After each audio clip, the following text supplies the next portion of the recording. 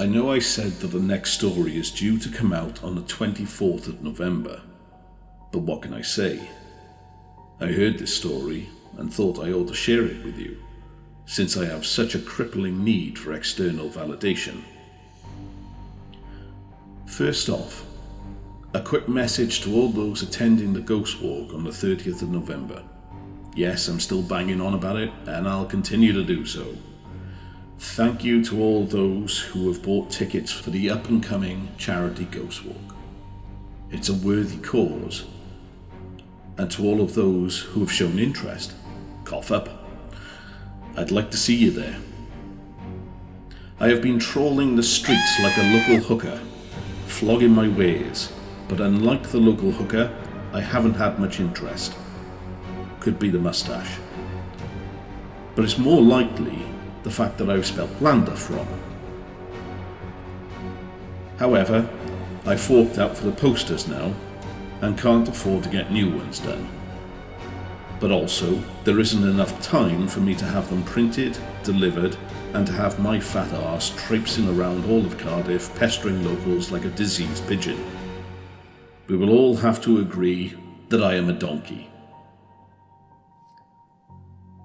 Back to the matter at hand. To all those coming on the walk, I shall revert you to the previous video that I have done explaining where to go and what to bring. The link to that video is in the description, or alternatively, click the link at the top corner of the screen now. Now, on to the stories.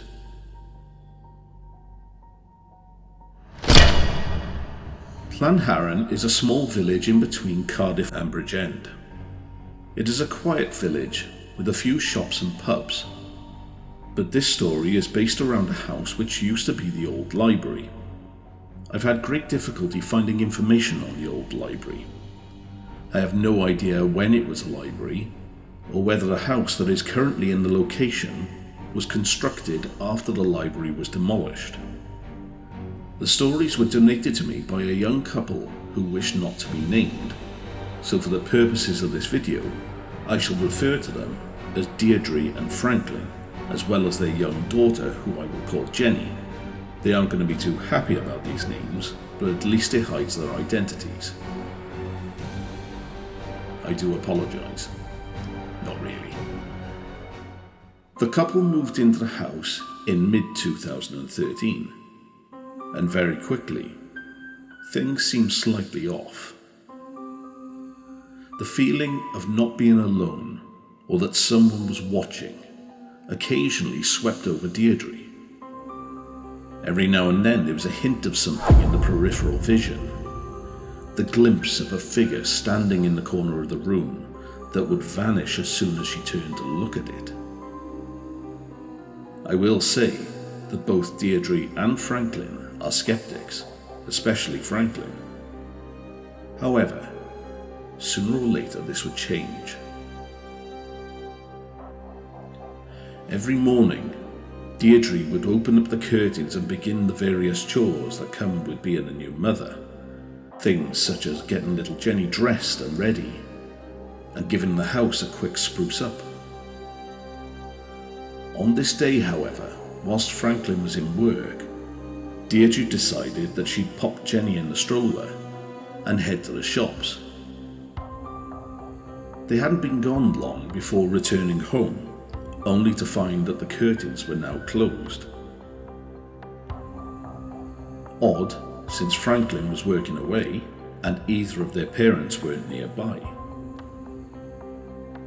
But this was only the beginning of the strange events that were to follow. The feelings of being observed and the frequency of partial sightings grew. Objects began to vanish and move around the house. Jenny's electronic toys would suddenly trigger, startling anyone near.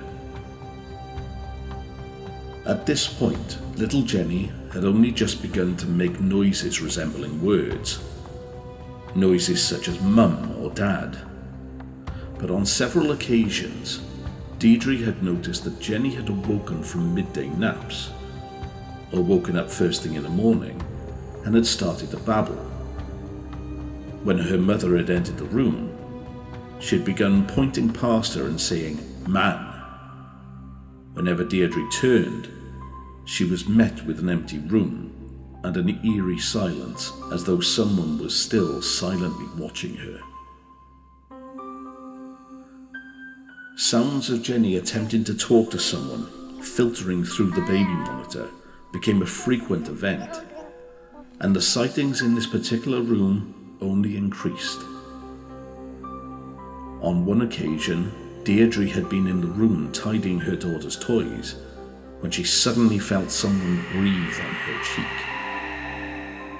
The feeling startled her and she scarpered from the room. She'd begun to confide in a woman who lived several doors down and occasionally babysat for the couple. The babysitter told her that a previous occupant of the house had hung himself in the attic. I've searched for the evidence of this but not been able to find it. Not to say that that isn't the case, mind you. The most recent account of someone committing suicide in this manner, in an attic, came from Trehavard, some 10 miles away in 2006. Other than that, a quick search brings up the tragic events of the Bridge End suicides, just 7.5 miles down the road. But this is not to say that the suicide didn't occur further back in time.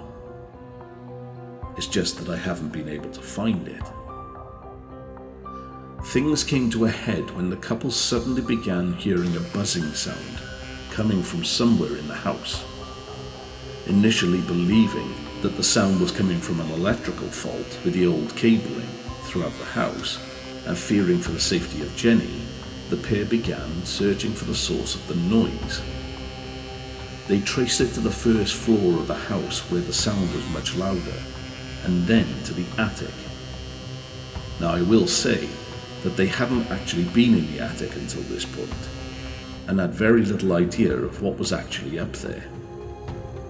You can imagine their shock when Franklin emerged from the attic holding his electric razor that had been missing for several days. By this point, the family had decided to leave, and in 2017 had moved from the old library. Deirdre has stated that, although the events unnerved her, at no point did she feel threatened by the presence. She only felt that it wanted her to know that it was there. Well, that's all from us here at Dark Entertainment. We hope you've enjoyed the episode. And the next one is due on the 24th of November, as I said. Please subscribe and drop a comment. We're also on X and Facebook. And if you have a story or location that you wish for us to investigate, please drop us an email at dark_entertainment@outlook.com. And remember, stay dark, stay creepy, and always laugh. Ta-ta!